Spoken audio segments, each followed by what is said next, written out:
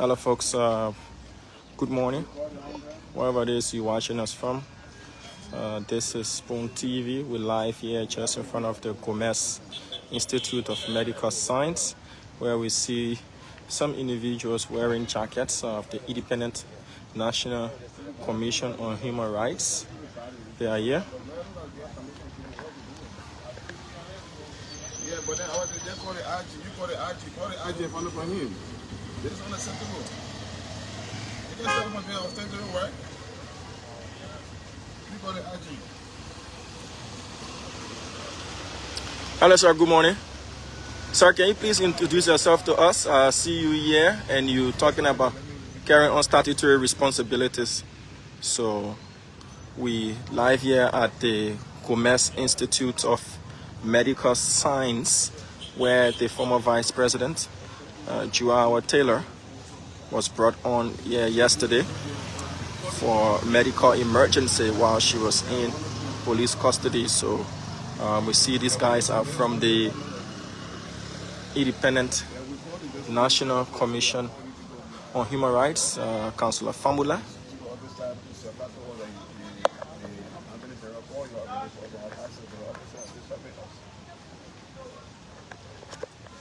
We are from the Independent National Human Rights Commission, and we want to assess the situation surrounding the former Vice President.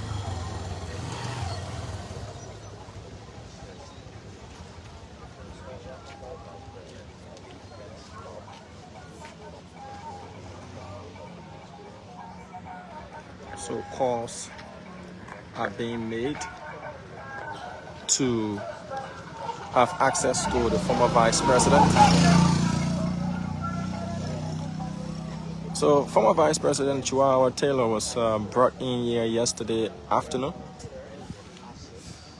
And after we reported that she was faced with some medical emergency. Yes, sir. Good morning, sir.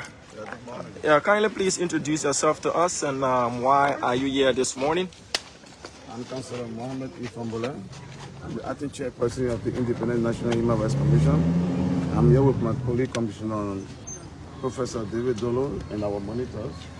Well, by our statute, we have the right, we are an independent body that will assess human rights situation in the country.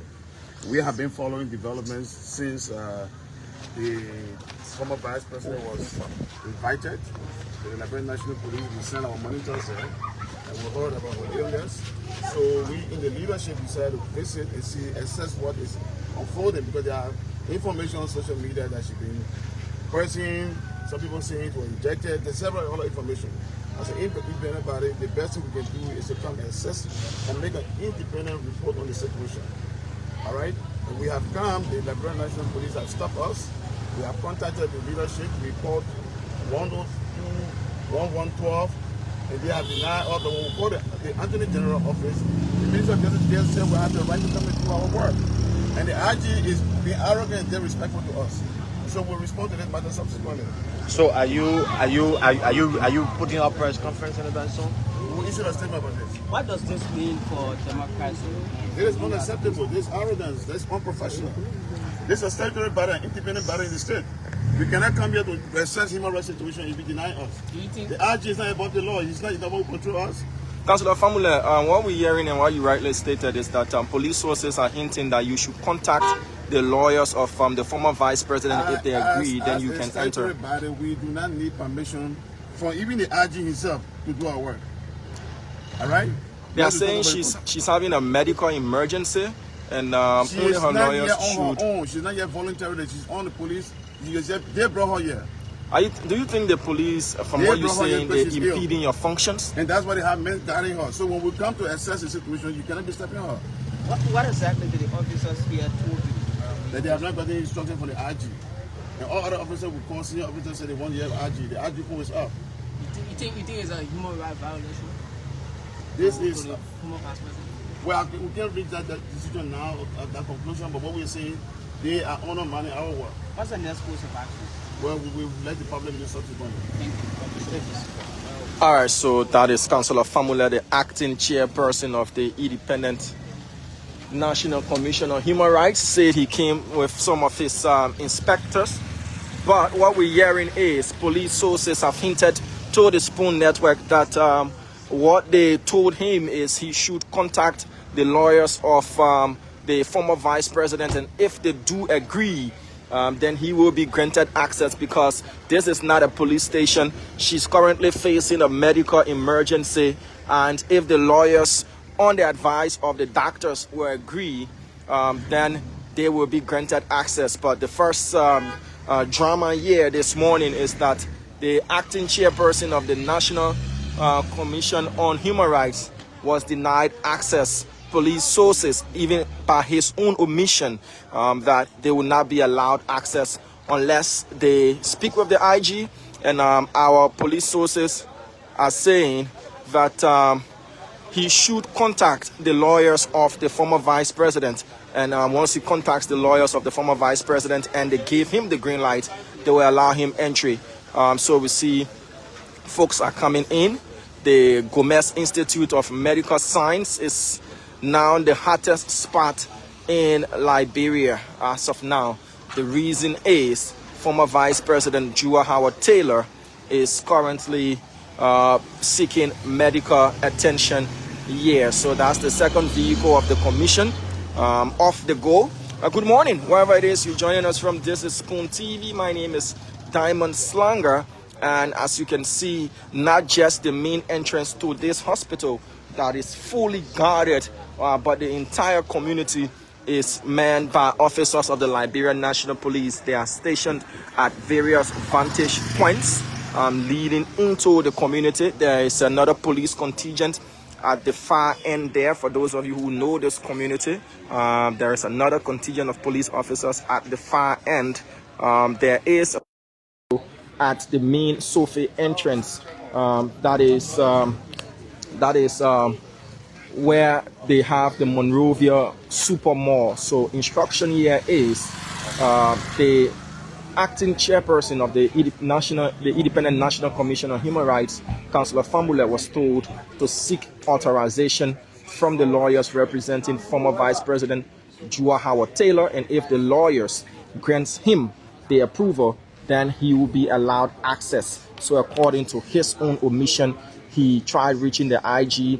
He couldn't get the IG, but the officers have said that is the order on the ground. Anybody that will be granted access, apart from her lawyers and other close confidant and family members who are given the green light, any other extended third party should seek permission from the lawyers, and the lawyers will act based on the advice of the doctors.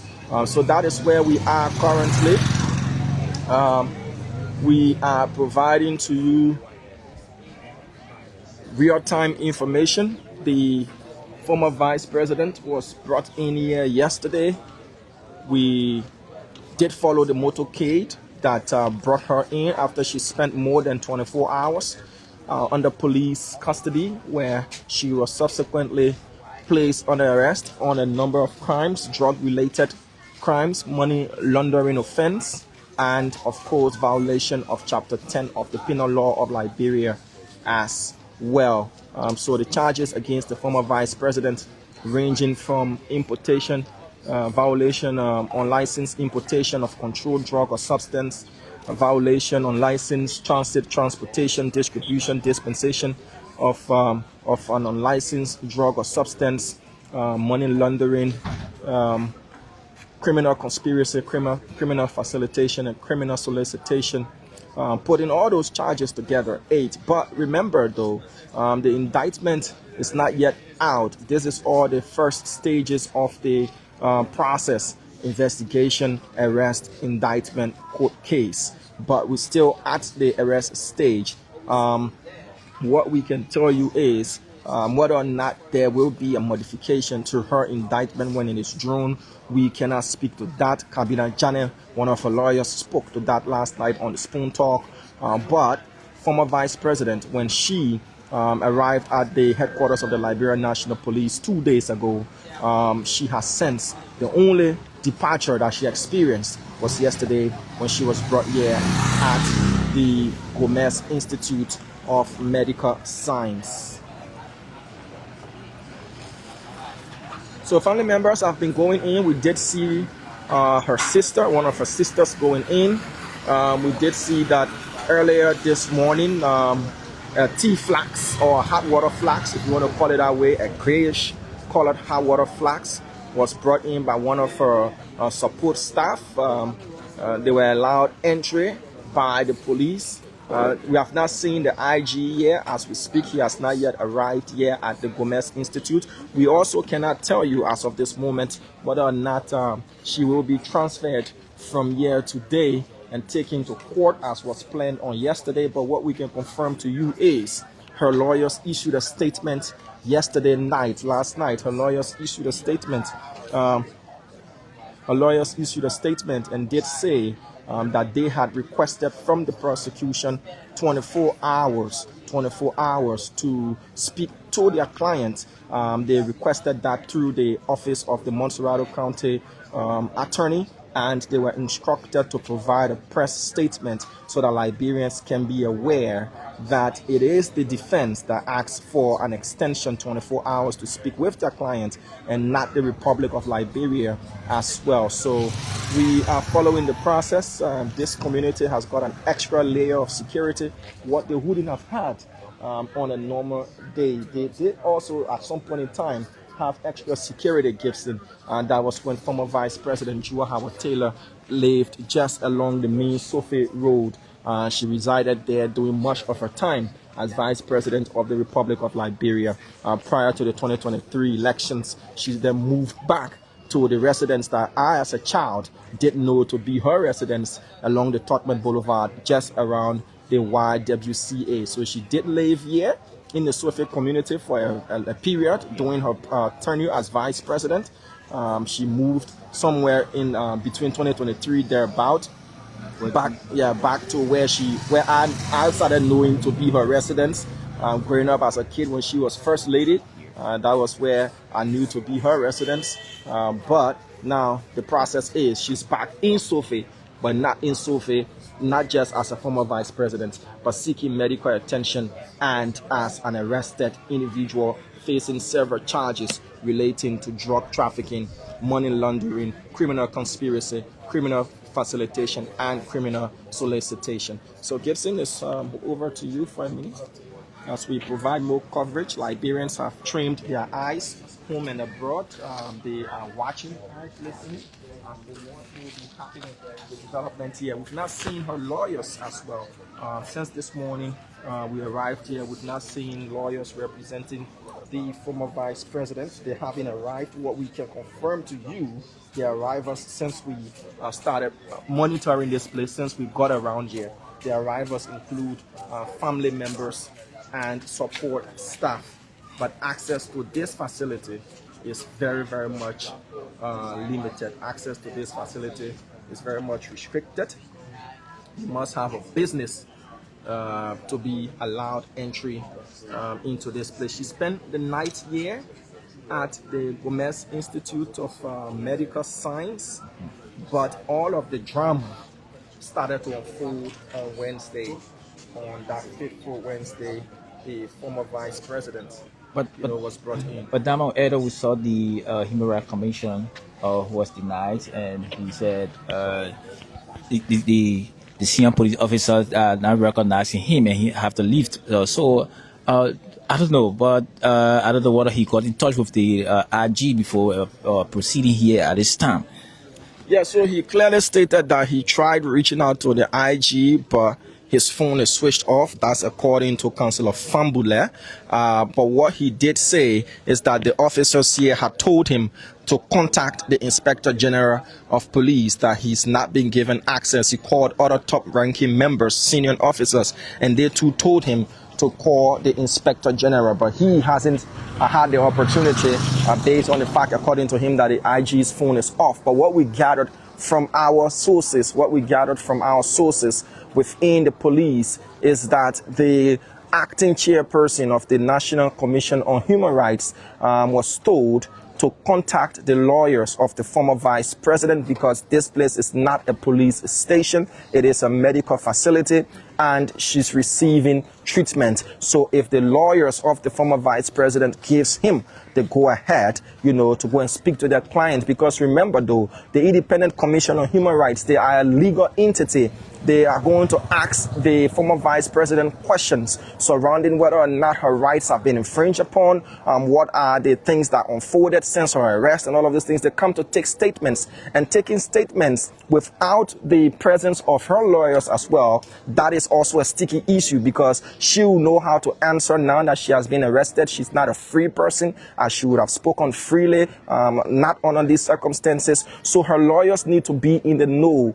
If her lawyers say, wait, let us come there so that you can question her in our presence, you know, that is another way it goes. If her lawyers say, look, you can go ahead and speak to her without us being present, they need their approval. That's what we're hearing from police sources, highly placed police sources, that for the Human Rights Commission to speak to her at a medical facility, they needed her lawyer's approval. Even if at the police station, they will still need her lawyers to be present, because whatever statements that she will make, those statements will be written and taken as, you know, as investigative statements that will be used for any report whatsoever. So it's only safe from a legal standpoint that even at a hospital or at the police station, any person accused must have their lawyers, unless they waive their right to having a lawyer. So that is what is unfolding. That's what unfolded here earlier on. The human rights people have left.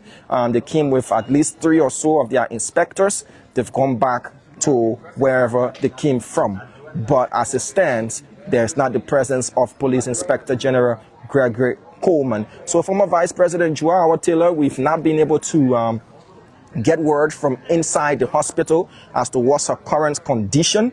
Everybody who came from within yesterday, her lawyers again, Councillor Kabina Janet and Councillor Finley Kanga, said they too last night were denied seeing their clients, the former vice president. According to what again our police sources, when we questioned them as to why was there denial, they said they were acting upon doctors' advice that at that point it was critical and medical procedures were being you know, instituted or performed on the former vice president. And in that emergency, doctors were the only ones and immediate family members that she had requested would be present. Lawyers will have to wait until the doctors did their thing. According to police sources, that is a standard practice all around the world. When there is a medical emergency and an arrested person is receiving treatment, doctors perform and lawyers wait. So the lawyers again will see if they will speak to that issue, whether or not they will be allowed access to the former vice president. If you can just turn your camera to the side,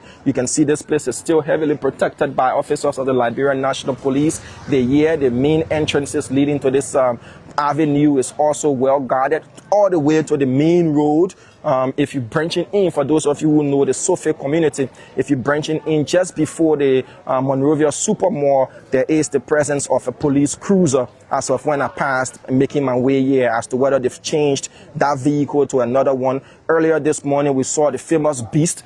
It was just, whether it's still here, let's just see if it's still the Beast. Yes, the famous Beast is still here. It's got men of the ERU, the FPU, the PSU, the here as well. So the Beast is stationed, and there are other police cruisers positioned at various vantage points. But what's happening here now is we cannot give you information as to what is the current condition of the former vice president. Those who have been granted access, when they come out, they're tight-lipped as to whether she will be transferred from here today and taken either back to the police headquarters or, you know, to the Monrovia Central Prison via the way of the court. We cannot determine what happens next. Last night, while we were here, folks, we did also see a number of bags, a number of duffel bags were brought in on board a pickup associated with the former vice president. One black suitcase, a medium-sized suitcase, was also brought in with 2 different duffel bags, one brownish and one whitish in color. They were then taken in. This morning, we saw the sister to the former vice president walking in. She had in her hands, you know, a reddish kit that others have said looks or resembles some sort of first aid or home medical kit or whatever it is that was inside. We cannot tell you the contents, but then she was briefly asked. She interacted with the police officers and she made her way in. What is critical is the former vice president remains in the custody of the Republic of Liberia through the Liberia National Police. So her entire safety, her entire welfare rests on the shoulders of the Republic of Liberia. Her safety is paramount. The reason we see a lot of security searches and everything, the ins and outs of this hospital that until yesterday evening was just another medical facility that anybody could walk to, but now is heavily guarded and has a semblance of an executive ground. The former executive member, number 2 of the Republic of Liberia from 2018 to 2023 is in there. She's not there because of any other thing. It's because yesterday we reported to you that it was reported by our sources again that the former vice president was faced with medical complications. We later got to know that it was reported asthmatic attack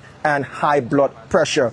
At the police headquarters, doctor was brought in, nurses were brought in. They tried to stabilize the condition of the former vice president. They worked for hours. We saw another batch of nurses going in with different kits hanging on them, but all of their efforts seemed fruitless. The former vice president was then transported under heavy joint security escort and brought here. What we can inform you of is this is the facility of her choice. She opted to be brought here at the Gomez Institute of Medical Science, known as Gims for short. According to what we gathered, she's got a history here and her records are here. And when it comes to preferences, this is where she chose of all of the medical facilities in Liberia. So she was not brought here by the joint security, by their demand. She was brought here according to what we gathered and what was confirmed, that she chose this particular facility. As to how she's doing now, we cannot confirm what her condition is at the moment.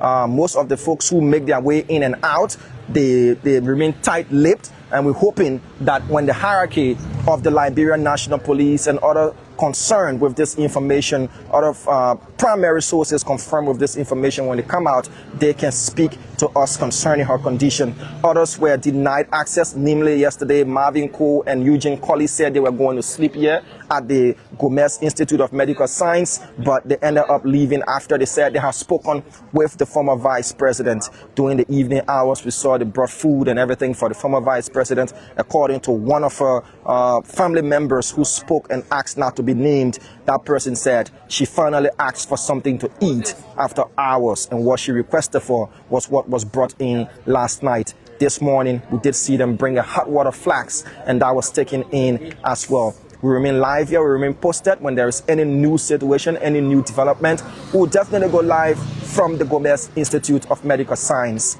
The former number 2, former senator of Bone County, and former First Lady of the Republic of Liberia, who's now facing several huge drug-related charges, is still here. As to whether or not she will be transferred from this medical facility or she will remain here under supervision and still have a state police presence, we cannot speak to how this day is going to turn out. But what we do know for certainty is she will be taken to court, if not today, someday. Today is Friday, tomorrow is Saturday, Monday is a holiday.